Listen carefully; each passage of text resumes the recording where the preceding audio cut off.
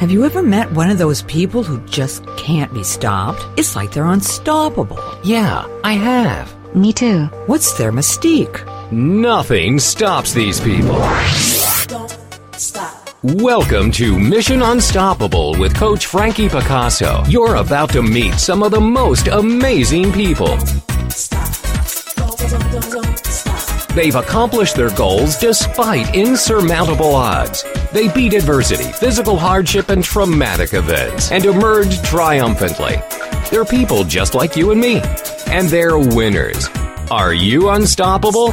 Here's Frankie to show you how. Well, hello there, and welcome to Mission Unstoppable. And today we truly have an unstoppable guest. You are going to meet the most incredible woman who is on a mission to impact 1 million lives. She made history saving a billion-dollar industry, defeating 2 different types of cancers, became a 6-time author, 3-time international bestseller, and she's included with the likes of world-leading visionaries Deepak Chopra and Jim Stovall. She comes to us from down under, and it's only 6 a.m., so give her lots of grace. She has many titles. She's mission mentor, visionary thought leader and strategist, transformation trainer and author, and she is the go-to speaker for change makers, social entrepreneurs, visionary corporations, sustainable industry associations, and campaigners for a better world. Please meet my friend Nicola Grace. Hi, Nikki. Good morning, good afternoon, good evening, wherever you are. In the world, exactly. Yeah. Look at this. What a trooper you are. I'm so pleased that you're here today. Wow. How amazing are you? I just got to breathe that in. Yeah, breathe it in, breathe it out. 1 million lives. One more time. Here we go. You are on a mission. What's your mission? This million lives you want to impact? Well, my life mission is really about bringing about the conditions that are going to bring peace on earth. And the way I do that is through helping people get sustainable businesses that are doing social good in the world off the ground. The Impact 1 Million Lives is really all about giving and receiving in a really nice sort of infinity flow, which is for every time somebody gives something to me, I give something in return to a humanitarian project that is going to bring water to a family, that's going to educate a woman in Africa or Cambodia so they don't have to sell their children into the sex slave trade, or to give sustainable education for a whole year for a woman in, again, Africa or Cambodia that is looking to bring their business up into a level where they can sustain their family and their village. So again, that prevents them, lets the girls go to school. They don't have to stay at home and help mum, but also it prevents the very poor areas where they sell their children into the sex slave trade. So by me impacting, let's say, 1,000 entrepreneurs, getting their social enterprises monetized and their social businesses up and running and making a lot of money, the impact they have ripples out to hundreds of thousands of people. But the give back that I do also ripples out to 1 million people because of the way that it's structured. How amazing. How amazing is that? Wow. So the way that people can help you do good in the world is just sign up for your programs. Correct. Let's send them to a website. Let's just send them to a website right now. Okay. We are going to do that and more today. But I want to talk to you about what it is that people really come to you for, because I'm a socialpreneur and, I really want to impact the world, and I know what my purpose is, but so many people probably come to you, Nicola, and they go, I want to do good in the world, but I don't know how, or don't know what I should be doing, or I don't know what my calling is. Is that like the number one thing people say to you, or is it about money? No, that is the number one thing. The number one thing is, what am I here to do, really? Like, what is it that I'm really here to do, and how do I do that? Yeah. For most people, the money's sort of secondary or even tertiary. It's first of all, it's how, what am I really here to do? How do I do that? And then what's coming up a lot is, can I do it? Like, can I do it? Like, is it possible for me to have a business based on my calling, based on my purpose, that will sustain my family, sustain my lifestyle, and then give back? Can I actually do that? Wow. Well, of course, the answer is yes. Yes, it is. Yeah, especially if you get help. You know, like I got help every step of the way for where I am today. How do you help people find their purpose? Like, what is the first thing that people need to do to get clarity on that?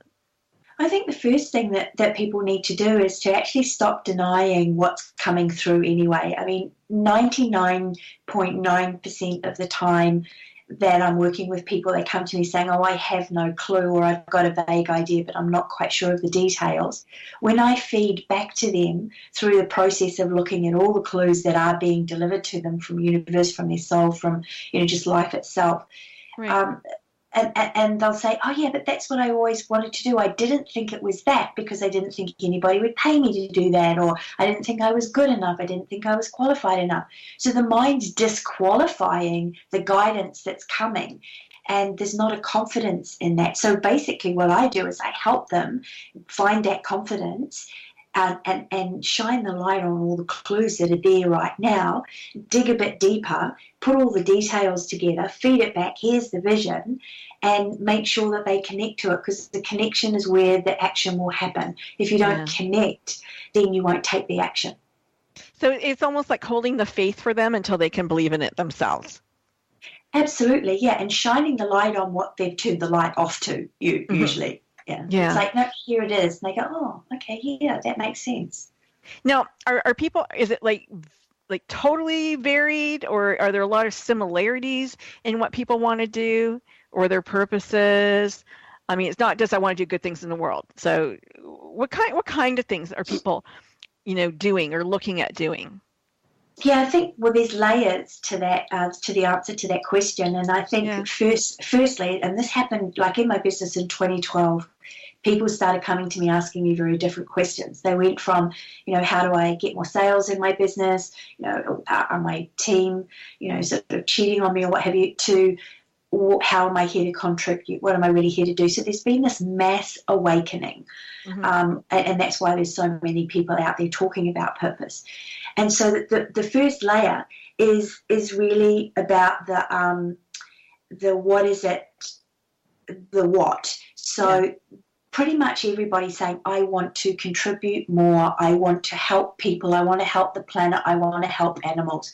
So at that level, purpose around helping, like being a contributor, that's kind of general.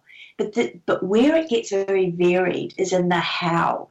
How do I do that? So like I work collaboratively with other people that teach purpose because they have a different angle on it, and they have a little piece of the pie, because you can't teach every piece of the pie because there's not enough time in the day.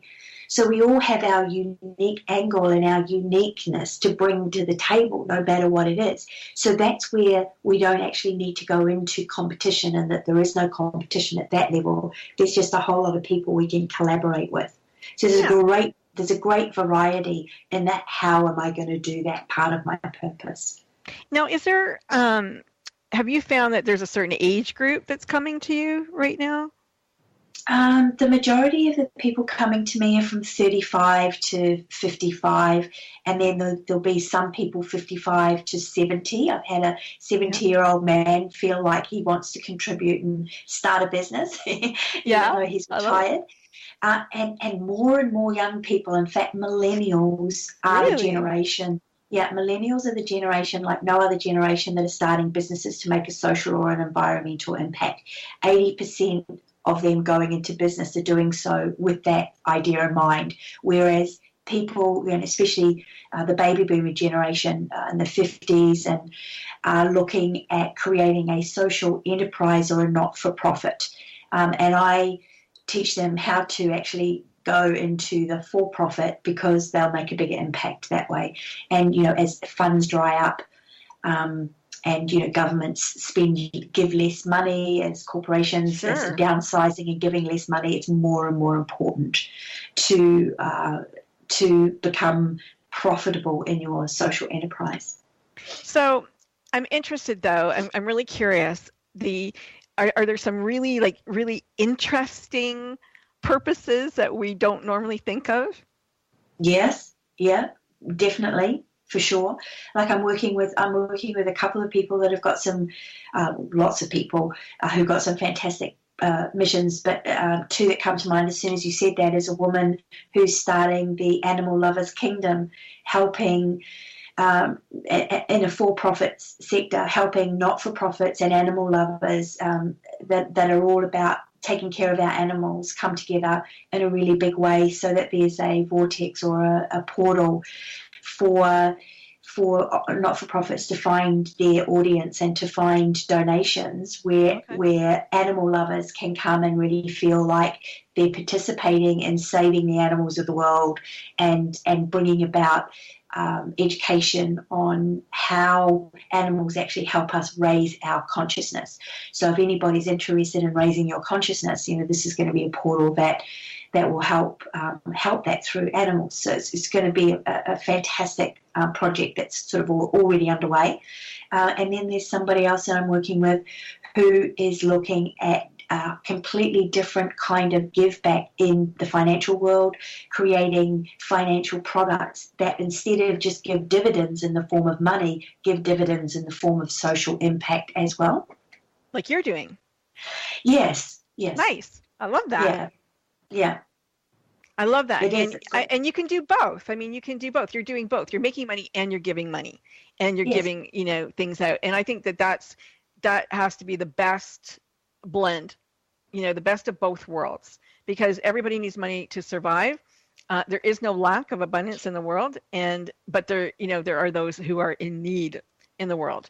And so, this is like the best way. Like if you have a social enterprise, you've got to look up this mission mentor. you gotta go, Nicola, help. We're going to go to a commercial break in just 30 seconds or so. But when we come back, there's going to be a lot more Nicola Grace. She's got so much to teach and so much to tell. And what a trooper, again, she is. At 6 a.m. down under, and here she is with us. We just grabbed her out of bed and said, get on the phone, Nicola. Get here. People want to hear what you have to say. Isn't she awesome? I just love her. Okay, we'll be right back. Don't go anywhere. Get a drink. Come back. We'll see you in a moment. Don't stop. That's right. Don't stop listening.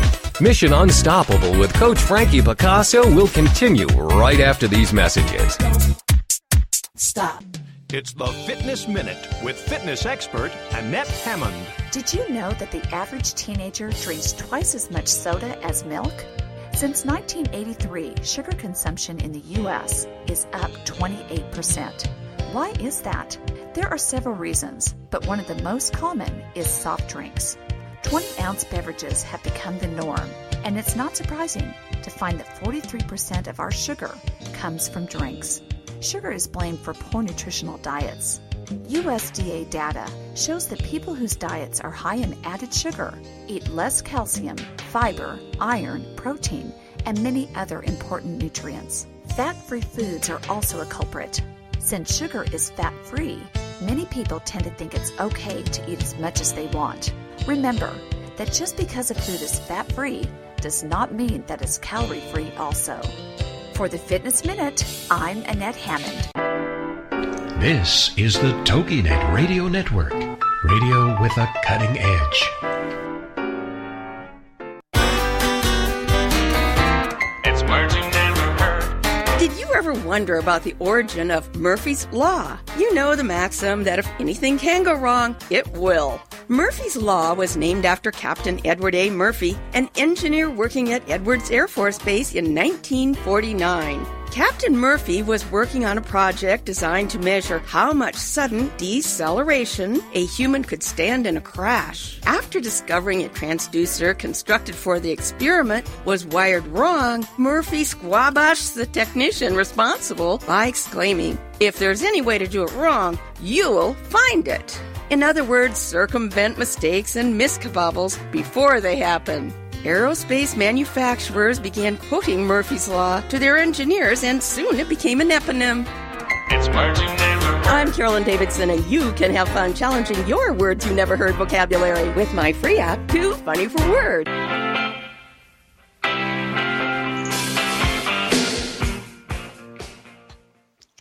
And we're back with our wonderful guest, Nicola Grace. And Nicola, you have so much stuff on the go, but I read something and I find it just so incredibly intriguing that you credit your phenomenal success to 7 habits, 10 strategies, 12 laws of nature that work synergistically to overcome formidable obstacles against all odds. You've been at my website. I have been at your website. You didn't give me anything else. I have to look you up, girl. Yeah. So what is that? Seven strategies, 10 or 7 habits and 10 strategies and 12 laws. How does that work? Yeah. It kind of starts with the laws of nature. Like I have spent a good part of my life studying Buckminster Fuller, and he talks a lot about generalized principles, and that when we align to these generalized principles, we have flow. And the generalized principles he's talking about are literally the laws of physics or the laws of nature. So there's a lot of talk, in the past 5, 6, 7 years about The Secret, the law of attraction, and how, when we have this vibrational match to what it is we want, we can attract to us that which we want. And that's kind of like one part of the law. There's lots of other laws of physics that when we align our strategies to, and when we align the way we live to, we can flow. We have the giving and the receiving in balance, just like the ocean. The tide goes in, the tide goes out, but there's always an abundance. When the tide goes out with the ocean is still there. With humanity, when the tide goes out financially, there's nothing there, right? Yeah. So we haven't quite, we're out of balance there. So there's all these different laws. Like, let's look at the law of gravity. The law of gravity is all about making sure that you've got enough mass to be able to attract to you that which you want. So that mass is your thought mass, your physical vibration mass, like is your body vibrating at a really good level, or is it smacked down with toxins and illness and what have you. And then what the mass that you do, what you do out there in the world, the marketing that you've got out there. And that was the major law that I used when I was working with the natural health industry in New Zealand to save them from legislation that was pretty much going to shut them down. And I just knew that we just need to have the mass on our side. And then there are other laws like, the laws of growth. Every time you set something in motion, you've got 17 seconds to add to the positivity of that or the negativity of that. So if you start something in motion with a negative thought, you need to turn it around really immediately by replacing it with positive thoughts for 17 seconds minimum in order for the law of growth to start growing what it is that you're thinking about. Another one is the law of synergy, making sure that, and this is the really big one with the law, when you work with the law of purpose, everything has a purpose. The law of synergy is where results happen greater than the effort that you put out because of the sum of the parts. So I see a lot of people who have a general idea about what their purpose is, but not the nitty-gritty details of the life mission, the challenges, the direction, the niche, the messages they're here to deliver. All of those details come together to synergize, so all of those parts add up to something more than just adding them together, if that makes sense. So synergy is all about greater results with less effort. And so all of my strategies make sure that they don't go against any laws of nature. They actually work in harmony with them, so we've got that leverage in what it is that we're doing. Because as change makers, we do face some pretty big odds, especially if you're a pioneer in an area that's very new. There's always going to be that resistance to change, and often for some people there's regulations that are in the way, or the natural health industry is a really big example of that, or uncompetitive, anti-competitive corporations getting in the way, and so the laws of nature are what help us have that extra leverage. And the strategies that I put together are all working in harmony with those. Okay. So people can find out about these in books. I know that there's lots of different places that you can read about the 12 laws of nature. You can read about the law of attraction. You can read about all these different natural laws. They're there. Is there one book? Did you have a book or anything that explains all of this? I have a book in progress that's got everything in it. My other book, just Discover What You're Here to Do and Right Mission, Right Money, has part of them, but not the whole lot out. I'm still working on putting all of those together. But if you we're going to have a link, aren't we, to where they come to my webinar, I start talking about some of those laws. Yeah. Right. So you actually have a bunch of webinars coming up. Mm-hmm. And we are going to tell everybody about that. Well, I'll tell them about it during the show, but after the show, you can come and click a link and go directly into all the information for the show. We're going to let you do that after the show is published. But let's talk a moment, because I love this, the idea incubation for social entrepreneurs and social innovators. Mm-hmm. I love the idea of an idea incubation. Yeah. Yeah. So do I. Yeah. I guess you do. But if I was, is this a place where I collaborate with other people who are having ideas and just brainstorm all day? Like, what is this? Yeah, the idea incubation is just basically renting my visionary, psychic, intuitive skills and business acumen to incubate your ideas. So people will come to me where they've got a vague idea of what it is they want to do, but they're not quite sure how they want to. How it's all going to come together, or the formation of the idea itself. So they need the details of the idea to be able to actually act, so they don't know enough of the idea. So what we do is we just sit and work through the layers. I do a lot of soul-searching, self-discovery work with people, because I think the more I can help people pull it out from within their soul, the more they'll connect with it, and the more excited they'll get, the more passionate they'll get, and that's going to be the fuel that will make them take the action. Because you can idea incubate, and I've done this with a lot of people where we've had fantastic ideas that would make a really big difference in the world, and they've never taken action on it, and that just breaks my heart. And a lot of it is just because of the lack of confidence. Yeah. It's unfortunate that people lack confidence, but it's good that they have people like you, so they can hire you out.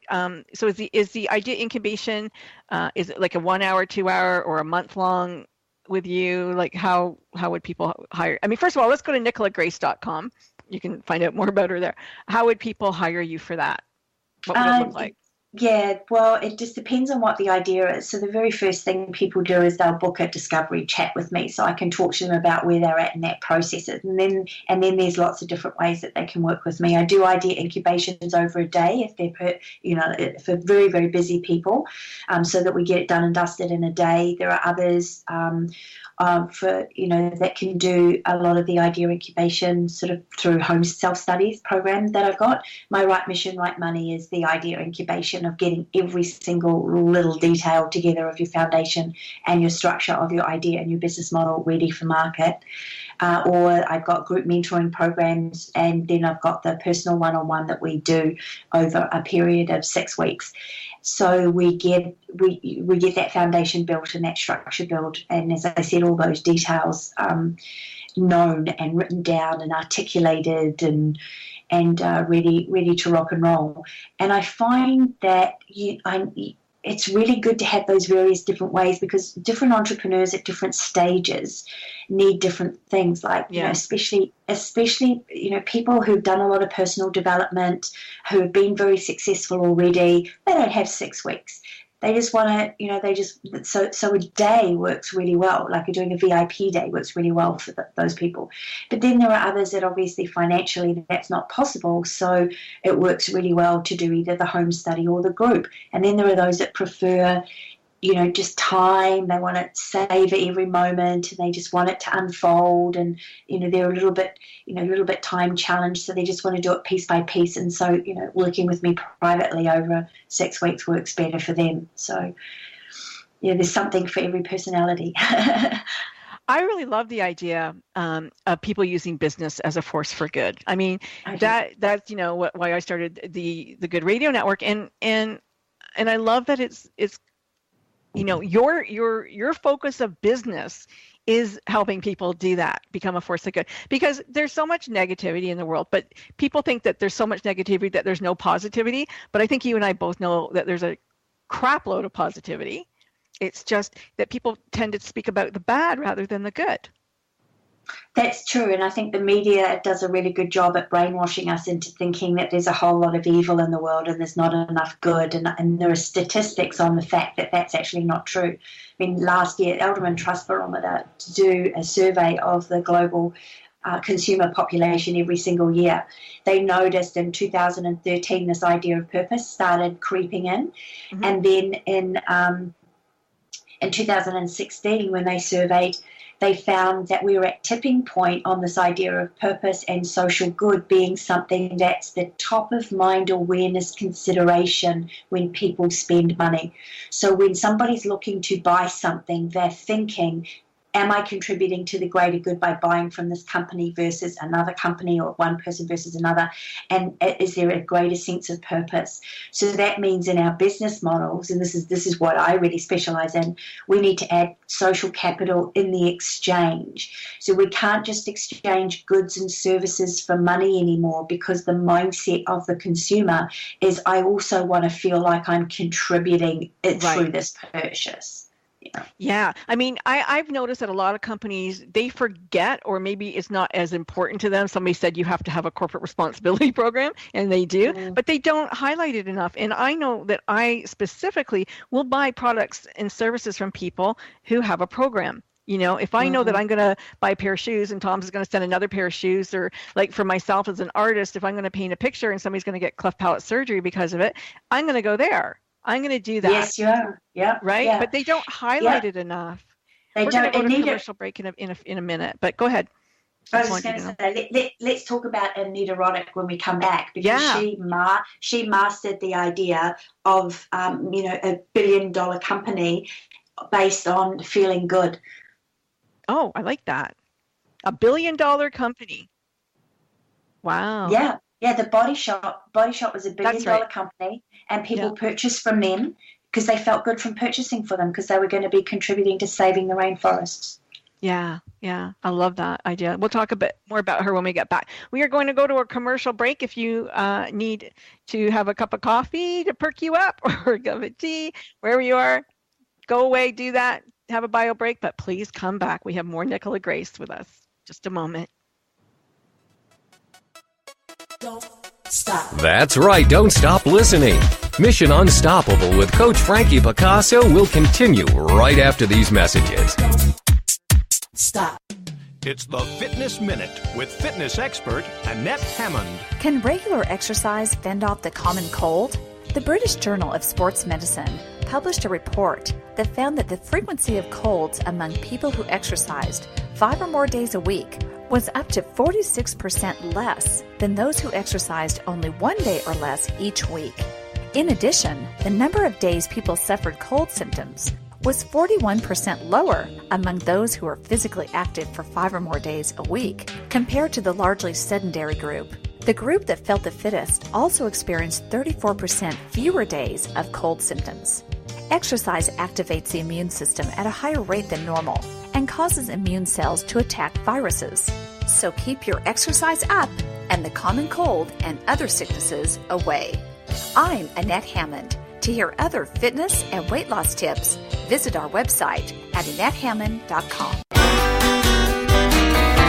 It's words you never heard. Do women need larger parking spaces? The owners of the Togla rest stop in southeastern China think so. They have created a number of parking spaces that are 50% larger, designated for female drivers, with the international symbol for women and outlined in pink. When asked by a Chinese newspaper why they felt the need to enlarge the parking spaces for women drivers, a lot manager explained that they observed female drivers having a difficult time parking, which slowed down the order of traffic. I admit I'm a bit of a baity bummel or bungler when it comes to parking, but is this really necessary? Actually, I was complimented on my parking the other day. Someone left a note that said, "Parking? Fine." It's words you never heard. I'm Carolyn Davidson, and you can have fun challenging your words you never heard vocabulary with my free app, Too Funny for Word.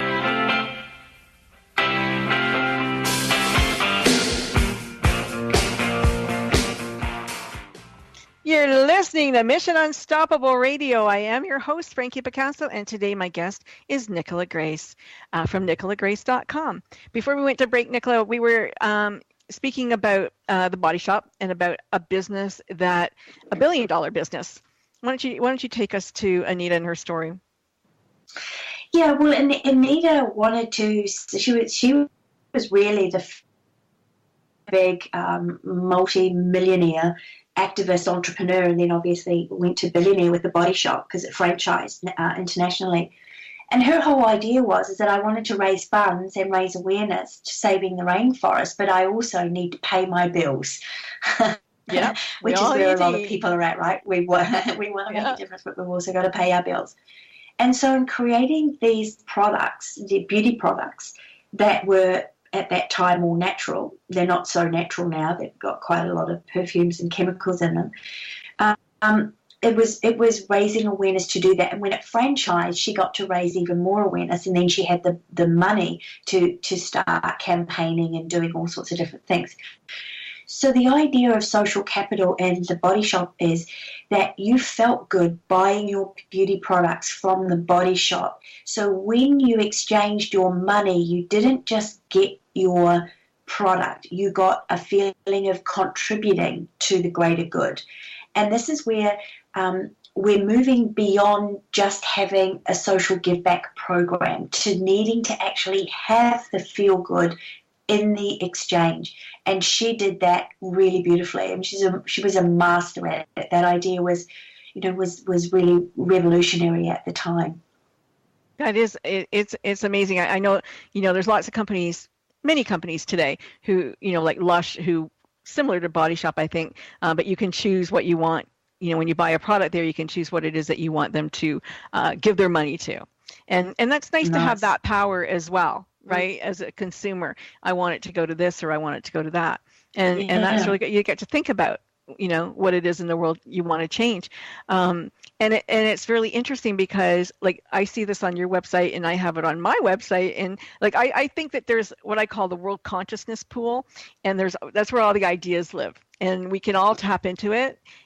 Except some people run with them and other people just sit with them. Yeah. And I think that's kind of the difference. And the idea that, I wish somebody would do something. Gee, I wish somebody would do something about that. People sit at home all the time and look at their televisions and go, man, somebody should fix that. I wish somebody would, save this or do that. And yet they don't get off their butt and do it. Like, is it because they think somebody else, they're not a somebody? What is it? You're a somebody. Go for it. Look, I think, absolutely. I think, I don't know what it is exactly, but it would be a contributing factors. I think the way that we, and this is me getting a little bit political here, but the way we've structured our political system, whether we were in monarchies or now that we've got governments based on ideologies, it's still pretty much a nanny state where a lot of stuff is done for us by the government. Mm-hmm. And so we expect them to fix things. Like they go out and fix things without enrolling us or asking us, right? So we've got this idea that things getting fixed is away from us and we have no participation in that. So I think that's a big part of it. And then the other big part of it is going to school. We're groomed to play small and fit into the system rather than to be entrepreneurial. And then, then there's the individual level where, you may have had a difficult childhood or you didn't get encouraged at school or by your parents, so you don't feel like you have any value or you've got any worthiness. And then there's just plain laziness. People just being lazy. And the unfortunate thing about it is that we're going to need to be more resourceful and more entrepreneurial, whether you have a job or not, because we're moving into, I hate to say this over and over again, but we're moving into the revolution of the AI and robots. 10 million job titles are going, and they will never return no matter who the president is. They're going because they're being replaced by technology.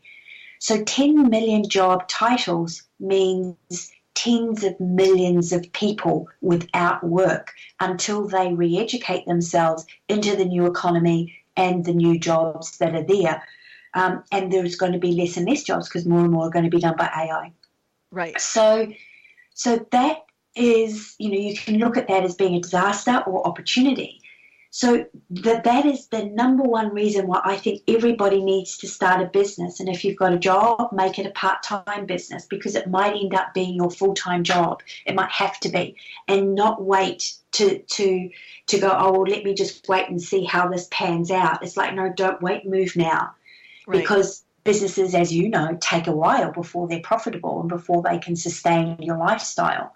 Absolutely. So you don't put anything off, you move now, because AI is moving at a rapid rate.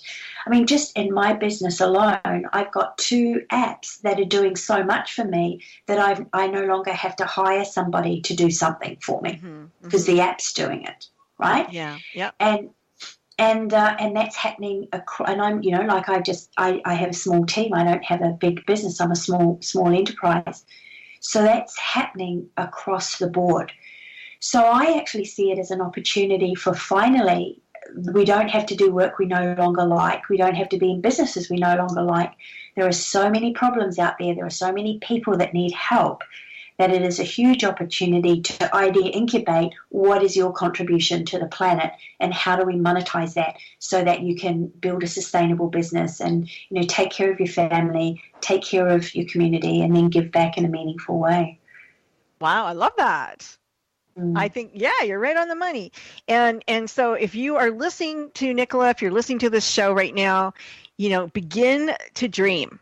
Begin to dream about what is it that I've always wanted to be and do. What is it? Where's my talent lie? What's my purpose? What am I driven? Who is it I want to help right now? Who am I drawn to? And, you can start by modeling good behavior. You can start by looking at people who are doing it, look them up. And then you've got a program to choose your niche so it aligns with your purpose. And, you're helping people find their purpose, but maybe, there's a bunch of us that have that same purpose. Now we're going to niche it. Now we're going to niche it so that you get to shine in the world in your own way. I'm writing that down. Those were great words. Choose your niche so it aligns with your purpose. You Americans are amazing. You're so to the point and straight. Oh, sorry. Oh, my goodness. I'm New Zealand, so people call me Aussie. So I know, well, that's all right. Yeah. I should have said North Americans. There you go. It's okay. The station's in America. But, I think that's it. People, they don't understand the idea of niche. And I love, niche marketing, a boutique, a niche boutique or whatever. Like it's exciting to come up with your own spin that's just, fits you to a T on something that other people are doing. Absolutely. And I mean, I call my business a boutique business because it's very focused on a certain type of person and values. And that's what I help people do. I help them really find out what those values are at the core level that need to be met, and let's build your business around that, and then find the people that share those values, because that's the best niche for you to be in. Because when you're working with people with a common vision and a common value system, you're more fulfilled. You love working with people like that. It's not a chore, and you make a bigger impact as well. So I've found working, when I'm looking at people's blueprints in terms of what they're really here to do and how they're here to contribute, I'm seeing that there is a certain type of person, or let's call it a soul group, that shares values that you prosper in. And so it's niching from the inside out rather than going, where would I make money? And a lot of people, especially people in the coaching and the transformation industry, focus on niching based on, where's the glutton of people that I can make the most money with, rather than where is the boutique of people that I can serve very deeply and still make a lot of money. Wow, that's a very interesting statement that you made there. It's interesting to me because as a coach, the first thing I start with anybody is, what do you value? What are your values? And many people do not know what they are. And they don't. They do not know what they are. And I find that so interesting because like you so wisely said, if you work in alignment with your values or shop in alignment with your values, you're a lot happier person.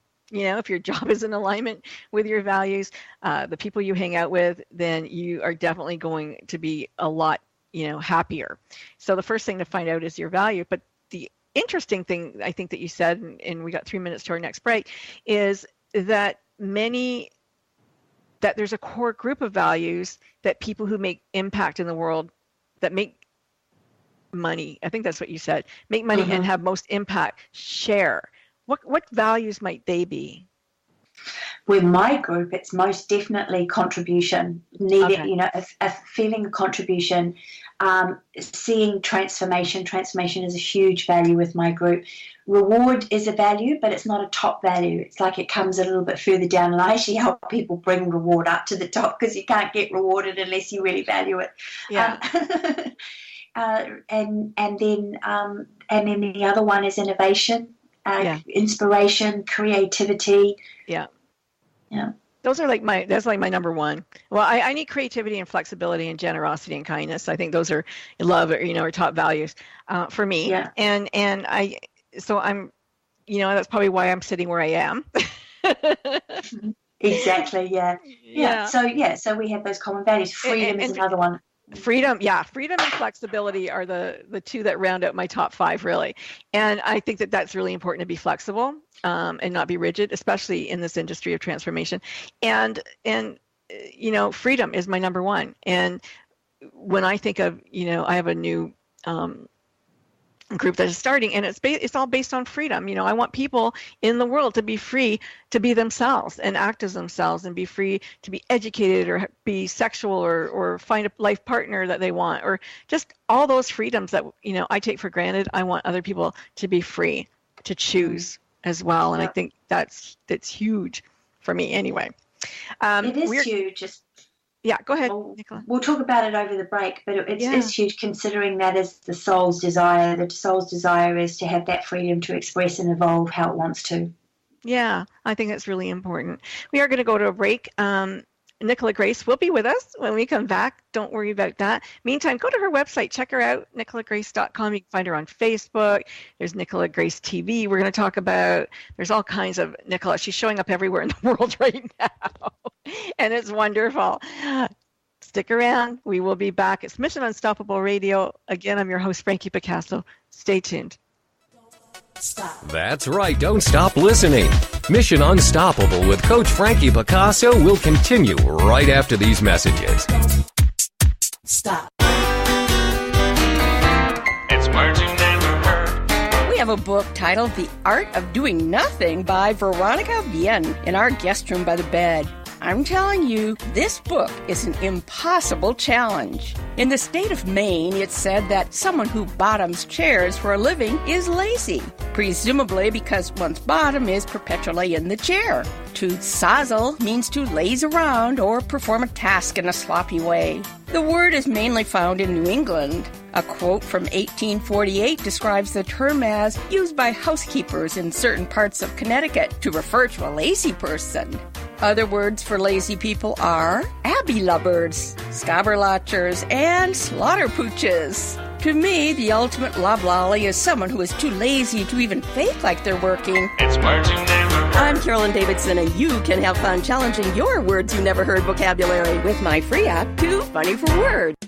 It's the Fitness Minute with fitness expert Annette Hammond. One of the supreme advantages I had by growing up in the Pacific Northwest was the abundance of apples. I love apples, whether they're Granny Smith, Macintosh, Gala, or Red Delicious. And at only 55 calories per small apple, they are a fabulous tool for weight loss. Apples pack 3 grams of fiber and help you feel fuller longer because the fiber expands in your stomach, so it takes less food to satisfy your hunger. They are easy to take with you, so you can enjoy the flavor of apples anywhere, anytime. Discovery Health calls apples a jewel of healthy eating. They are loaded with vitamin C and other antioxidants. Regardless of the type of apple you prefer, apples are a perfect addition to your weight loss plan.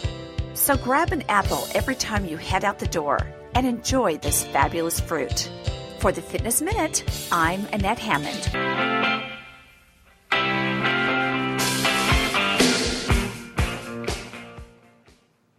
Yeah, it's Mission Unstoppable. We're still on our mission with Nicola Grace, and a lot of the good conversations happen off air, and we were talking about the idea of freedom. And freedom, oftentimes equals fear. And Nicola brought up a great quote, and let's explore it for a moment, Nicola. Do you want to read it again? Yeah, we were talking about the Nelson Mandela's inaugural address. His first two lines in it were, "Our deepest fear is not that we are inadequate. Our deepest fear is that we are powerful beyond measure. It is our light, not our darkness, that most frightens us." And what I see all the time when I have people sitting in front of me, whether it's on Skype, Zoom, or actually physically in front of me in the workshops that I do, I see the light come on when they see the big vision their soul has for them, the big life their soul wants them to live, so that they can fulfill their purpose and evolve.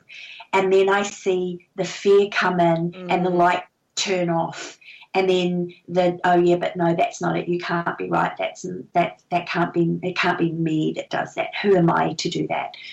And you ask the question: why are we afraid of our light? Why are we so afraid of how powerful we are? That's another rabbit hole we could go down, but it's a very real thing. But here's the last sentence I love in this speech that he gave was, as we are liberated from our own fear, our presence automatically liberates others. Yeah. Yeah. I mean, you're doing that every day. Every day you're liberating other people. And I get it in a way, the light, how afraid you might be of how powerful you could be, because in some ways, in my experience, people fear three things. They fear change, they fear, and they fear success. And if you're going to be a brilliant light in the world, you might fear that you're a one-trick wonder. You might fear that, you can't sustain it. You might fear too much work. I don't know if I'm, capable of that. Yeah. You're asking too much from me. Yeah. Not realizing that nobody's asking anything from them. They're doing it themselves. Yeah, that is a real thing. And the other part of it too is that the fear comes up and it overrides you, but it's always based on some thinking that you've got going on. So there's these sayings, money is evil, and so people fear making lots of money, and then power corrupts, so you fear being powerful because you think you might get corrupted. And you just need to understand those are just ideas, and all ideas can be dissolved. You don't have to hold on to ideas. You can let them go. Right. So when you realize, and this is one of the reasons, one of my biggest affirmation is I only use my power and money as a force for good in the world. I only ever use money as a force for good in the world. I only ever use my power as a force for good in the world, because I know somewhere in the psyche of myself or my ancestral brain, because of my ancestors and what they've thought, and then if you want to go down the past life track, you can do that too. Somewhere along the line, there's been abuse of power, and there still is abuse of power. So you think of power in terms of, it's corrupting, it's abusive, it's a negative thing. You don't think of it as a positive thing. So I turn it around with that affirmation. I only use my power as a force for good in the world. I only use my money as a force for good in the world. I love that. Yeah, because in our belief system, in coaching terms, we have what we call underlying automatic commitments. And so on the surface, you say, geez, I want to make $1 million and give it away to charity. But your belief system is that you'll never make $1 million, that you can't make $1 million, that money's bad, that, your parents said people with money are assholes or whatever it is that they say at the dinner table. And so that went into your belief system, and with you knowing it or not, because it doesn't matter in your subconscious knows that that's what you believe. And once you recognize that belief, then you can change it. But what Nicola has done is she's changed that nerve pathway from going to her negative.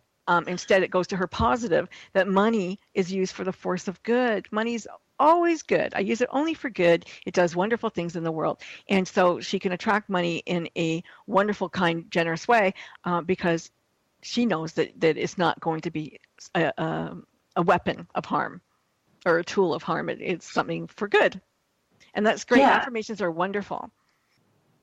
I think it's really important to constantly affirm the positive. That in and of itself can shift your vibration and shift. And there's a lot of other things that you need to do as well too. But that's just one strategy.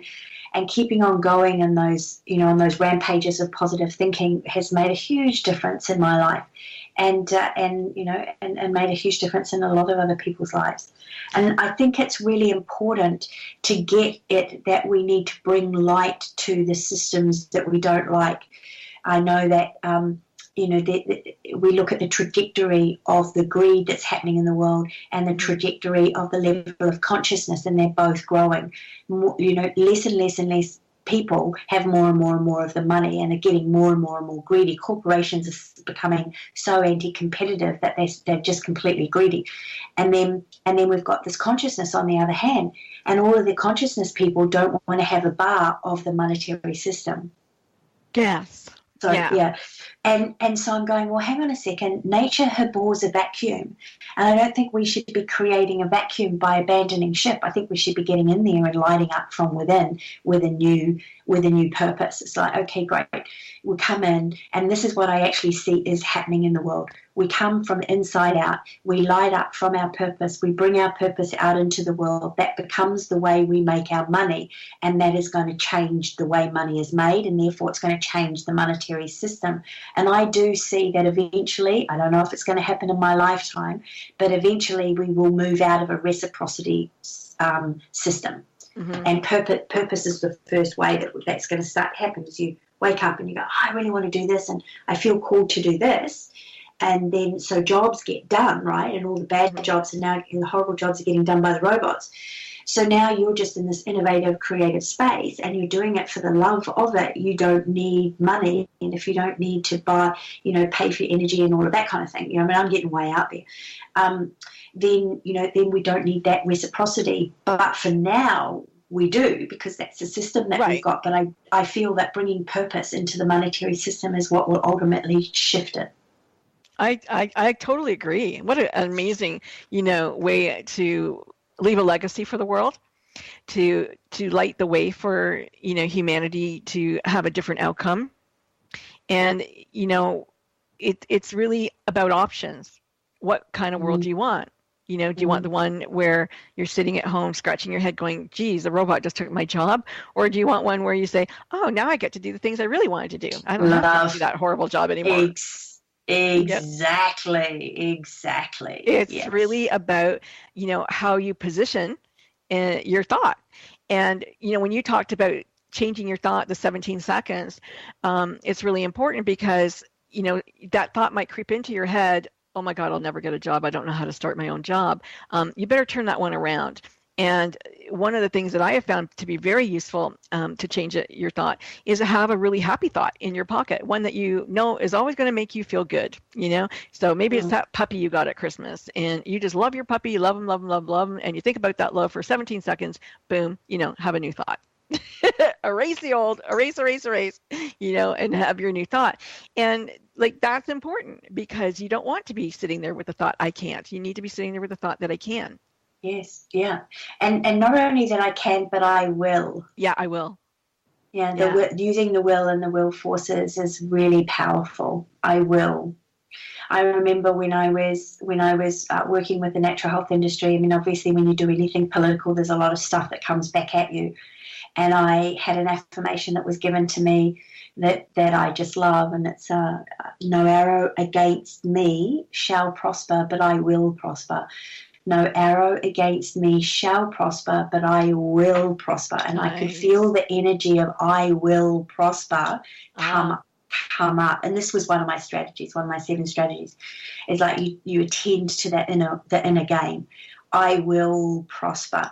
Now, the only reason that I could say that affirmation and work is because I was also working in harmony with the law of nature of expansion, and that I wasn't encroaching on anybody or infringing on anybody's rights. So you can say that affirmation, but it's not going to work if you are breaking one of the universal laws, which is the infringement on other people's rights. At some stage, you're going to meet resistance.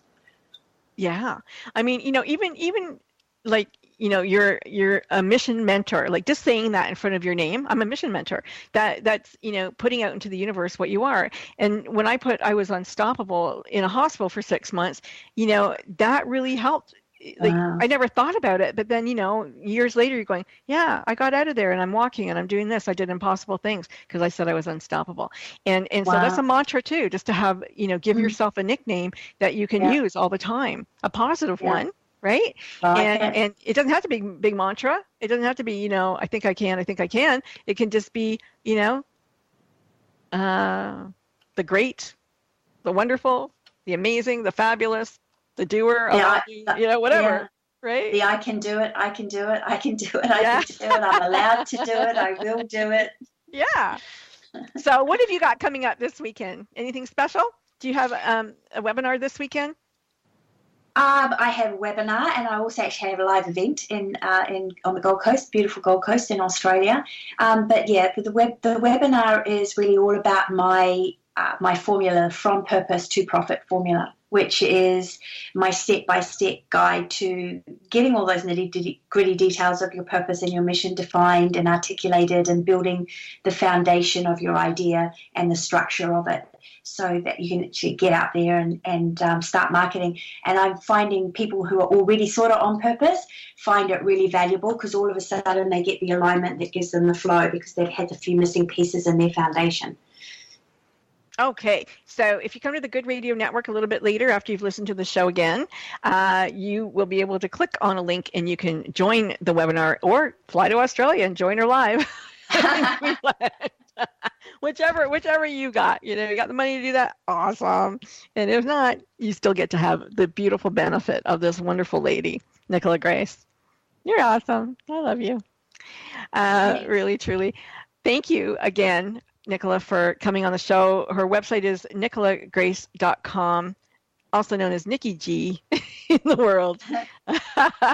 Visionary thought leader, mission mentor, strategist, transformation trainer. I love that. And the go-to speaker for change makers and social entrepreneurs. I love that. Change makers. What a great way to show up in the world. Be a change maker, be a social entrepreneur, change the world through, your gifts. And don't worry about, Nicola will help you worry about the money.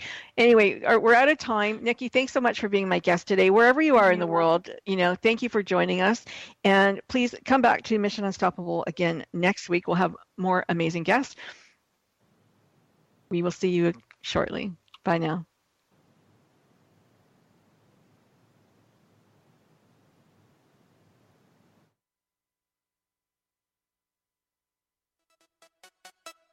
Don't stop. When the chips were down, they didn't stop.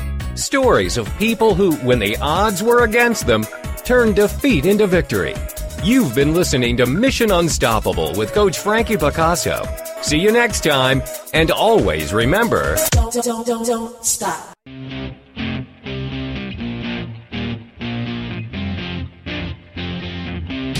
Global Broadcasting Networks presents